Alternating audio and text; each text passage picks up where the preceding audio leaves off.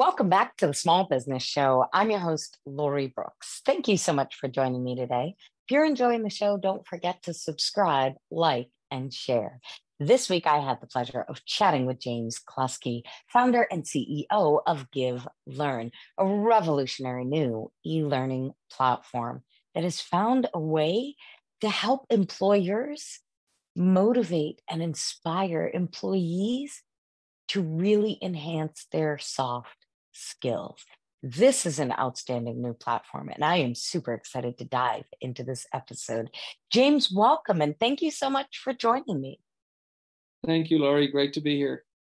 It's great to have you. I'm super excited to dive into Give Learn and your entire entrepreneurial journey. But before we get there, I want to rewind the clock just a bit. I want to take you back to the days of college or high school. I want you to think through a time when, say, a mentor or an aunt or an uncle would have asked you, James, what do you want to be when you grow up? What was your answer to that question back then? Good question. My answer would have been I want to be a professional tennis player. That would have been my answer. And I ended up doing that. And you mentioned the word mentor, auntie or uncle.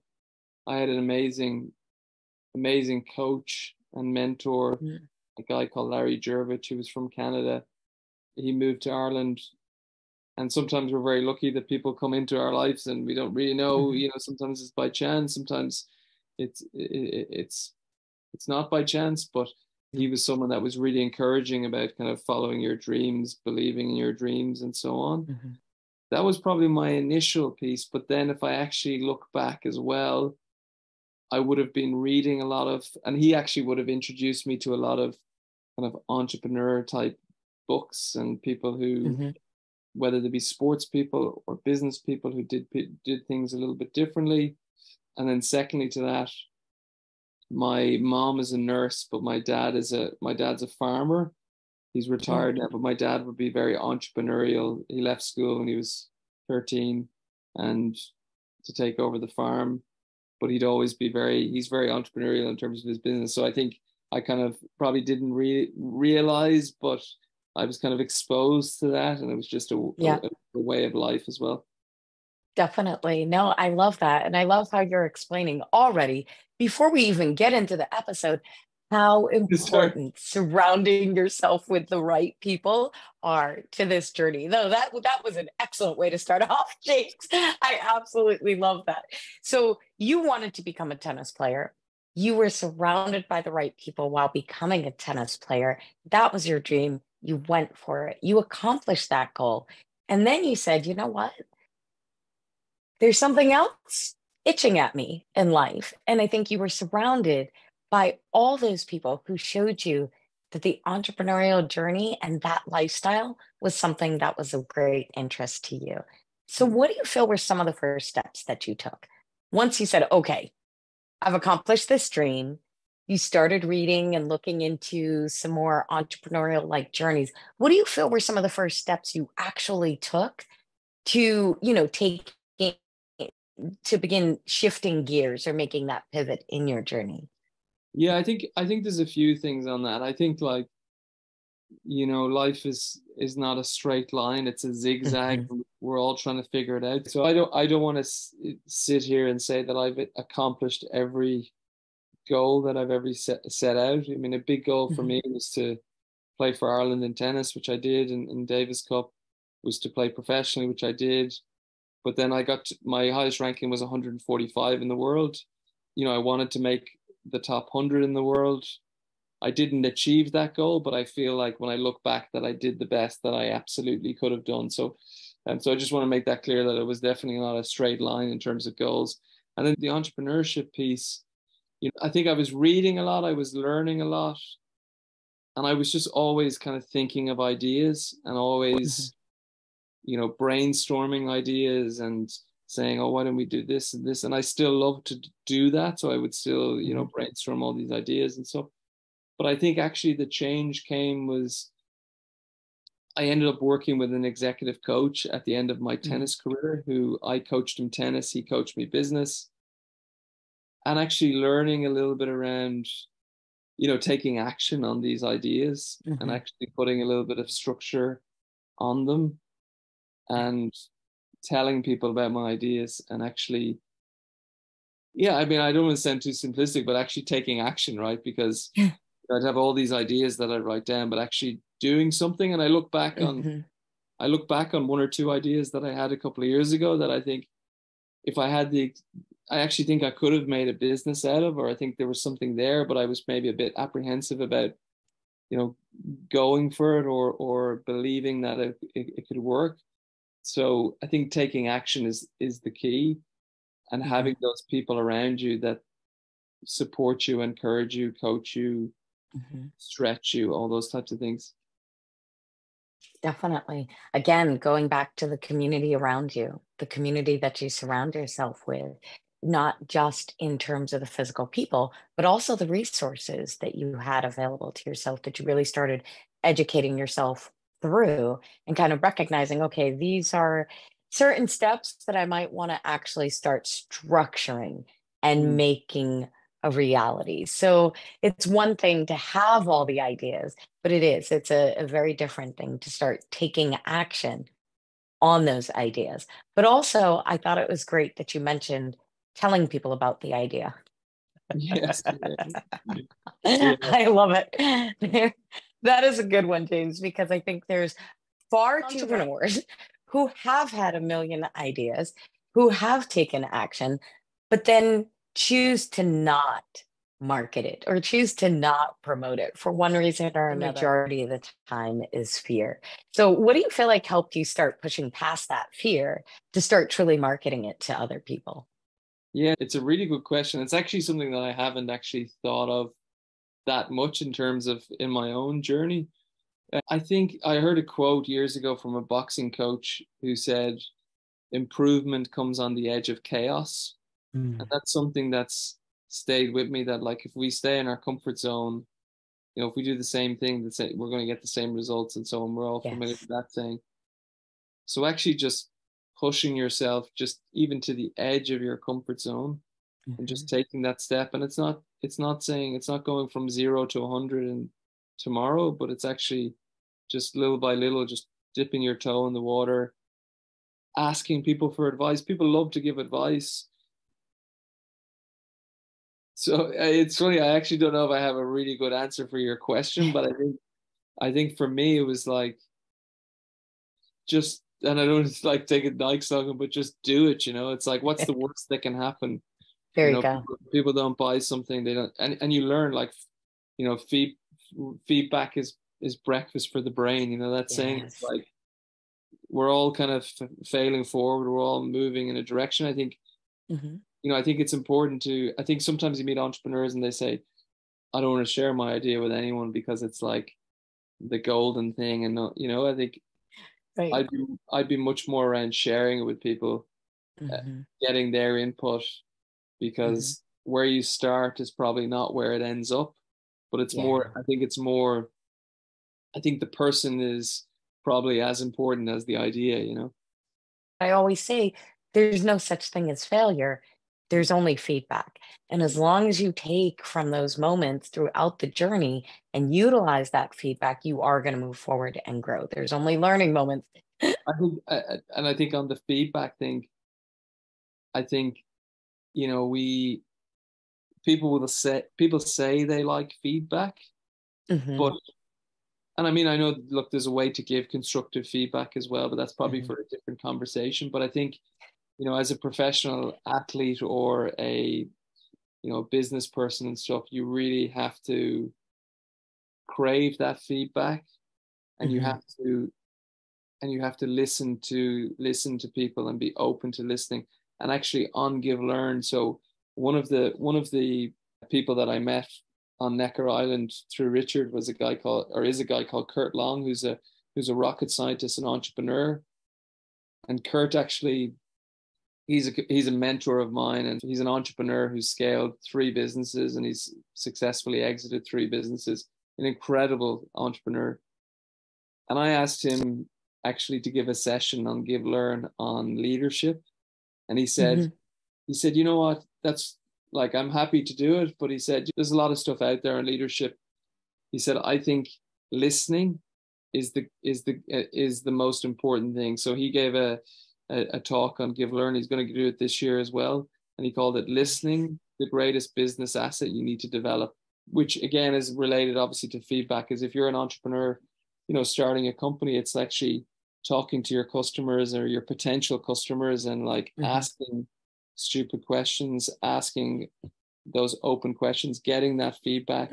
Then in the early days of obviously your product is like getting that constructive feedback around, well, why is this good? Why is this not good? Having that psychological safety with your clients, with your people in terms of getting that feedback and listening to people. I agree. You have to take in the feedback and you have to actually act on it in order to move forward. Maintain accountability with the feedback that you're receiving. Make sure that you actually take the action in order to move forward. So what was the first thought process that you had that made you want to move forward with Give Learn? Yeah, really good question. So, I've been lucky that in through my tennis career, I've met some incredible business people. And in 2015, I ended up going to Necker Island to coach Richard Branson tennis.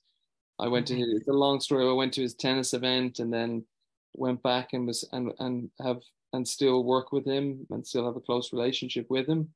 And through him, I met some of the most incredible people. And the idea for Give Learn was to create this online platform where we have live and on-demand classes all around soft skill development. So, I find like companies invest a lot in people's technical skills, but actually investing in people's soft skills is super important. And I actually met an investor recently who invests a lot in AI, and he talked to me around how in the next 5, 10, 15, 20 years, the people that will win are the people that can communicate, can lead, can present, can create, all those types of things. And so we have a full calendar for, specifically small and medium-sized companies where we have a calendar of classes, and we have presenters from all around the world who are delivering the classes and courses. But we're different to other providers in our classes are live. So users come from around the world to attend our classes. And then secondly, I really believe in creating a business as a force for good as well. So what we do a little bit differently is we link learning to doing good in the world.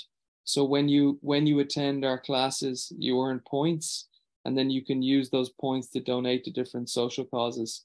So I had a lot of conversations with people around business as a force for good. I want to create a business for profit, but a business that does good in the world. And I had this vision that someone comes to a class, they invest in their personal and professional development. They're trying to get better for themselves, but then they're also doing good for someone else, for someone else somewhere else.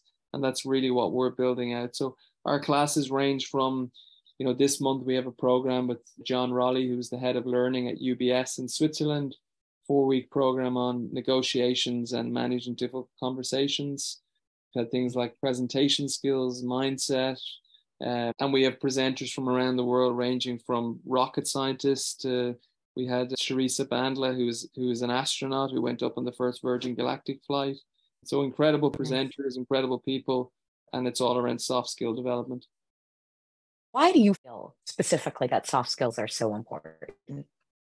Yeah, I mean, the research initially, so the first part is the research. So according to Harvard, 85% of job success comes from having well-developed soft and people skills, 15% from technical hard skills.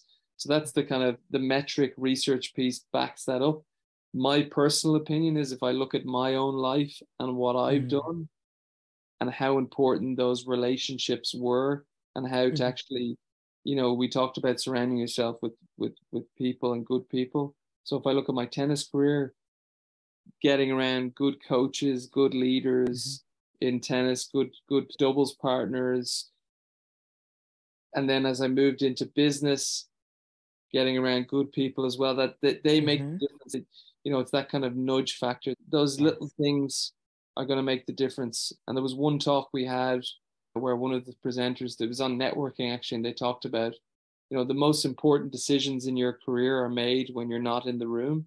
So those little kind of nudge factors, those relationships you have with people, those personal, professional relationships, they're going to make the difference in terms of your career. So I think the soft skills piece is super important. It's been so important for me, and I think it's important for everyone. Definitely. I think that mindset is one of the things that I do talk to the audience and a lot of my guests about heavily. It's something that I feel is, the foundation of where a lot of businesses begin, and especially the entrepreneurial journey as a whole. If you don't have the right mindset, if you don't have the soft skills, it can take a lot longer to actually maneuver forward throughout your career.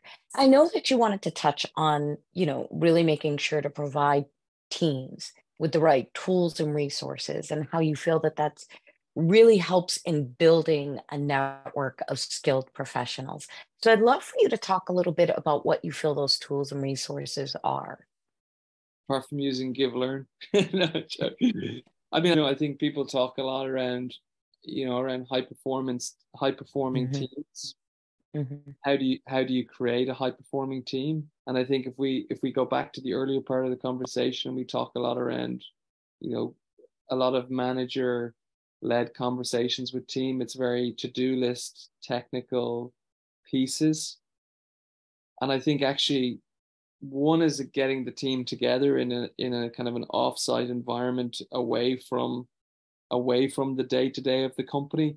Now I know we're obviously speaking virtually, and then some people are obviously back in an office, but I actually think of getting people away in a safe environment.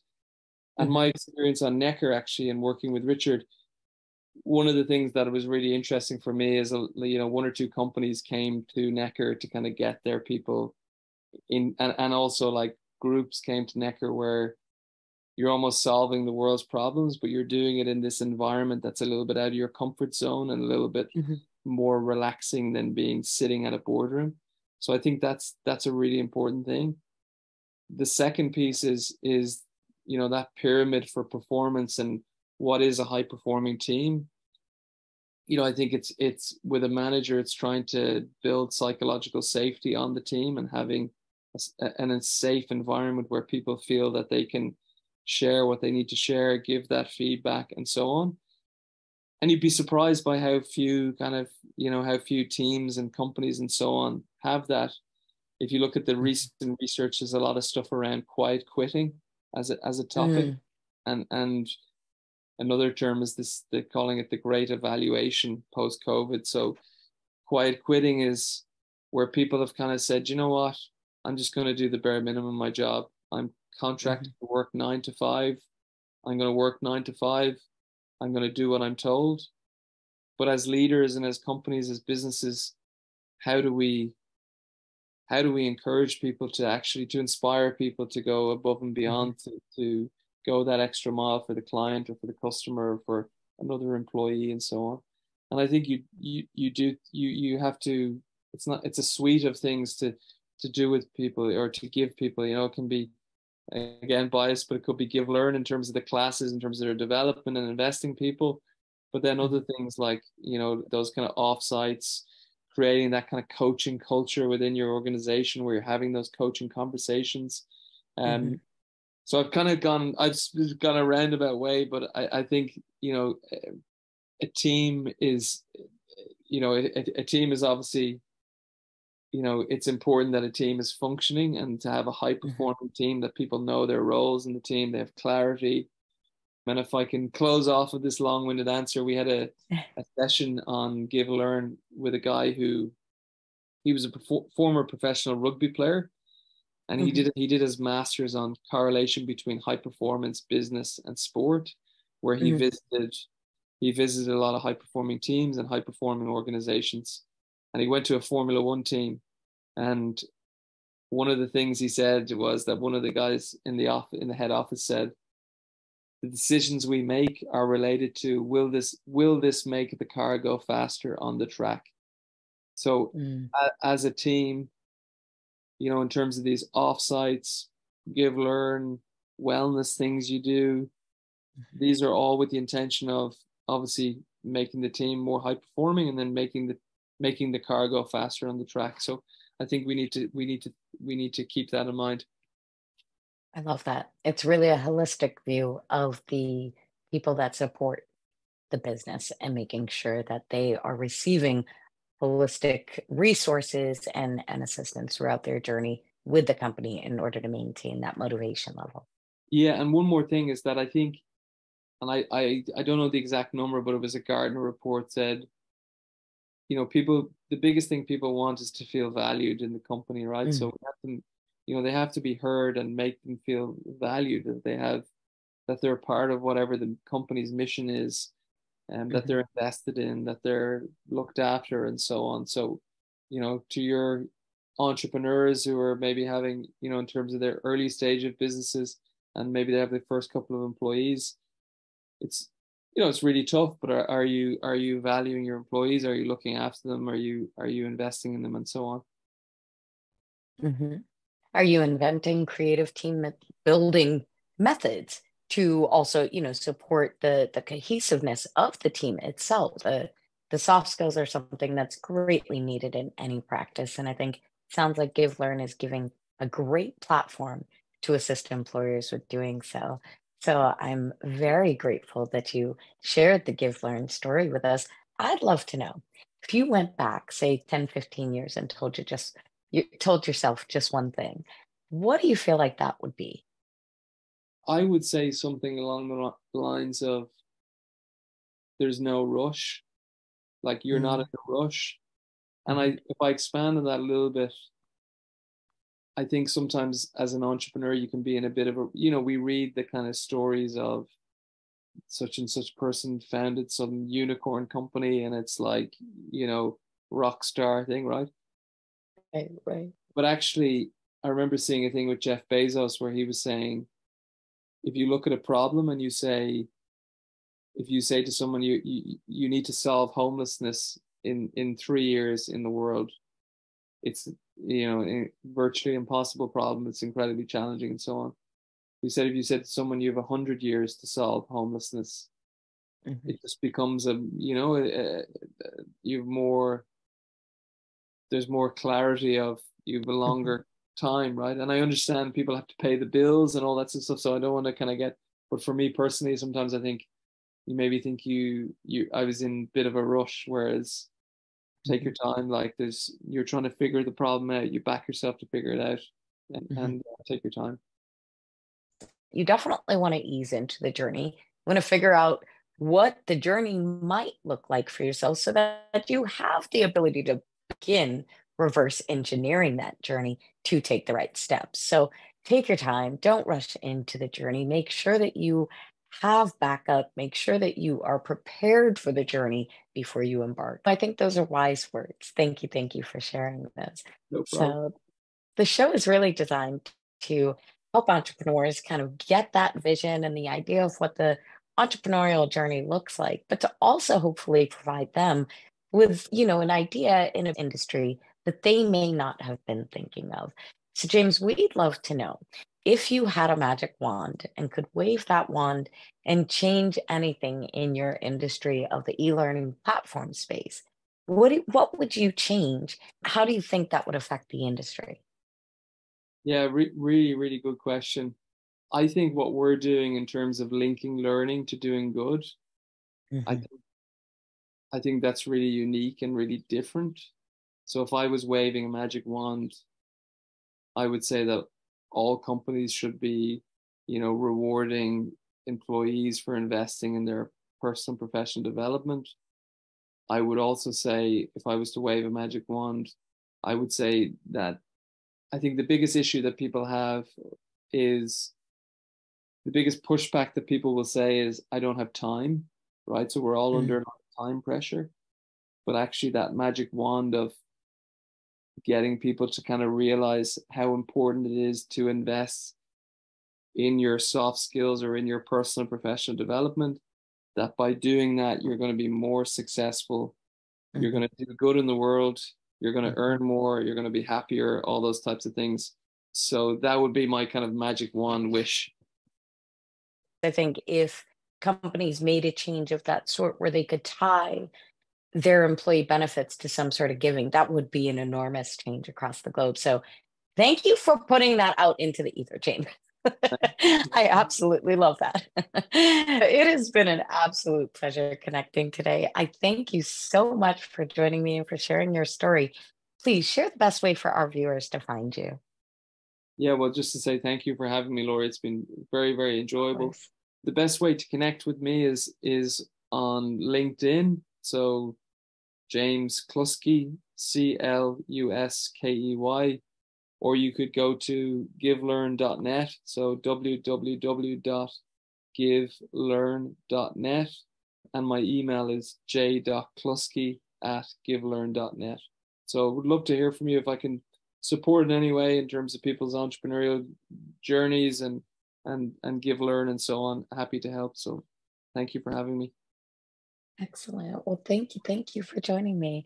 I will be sure to include both the links to Give Learn as well as the LinkedIn on the show notes page. So everyone can be sure to connect with you and pop on over to Give Learn, check out the website. Outstanding platform. James, thank you so much for joining me today. Thank you very much, Laurie.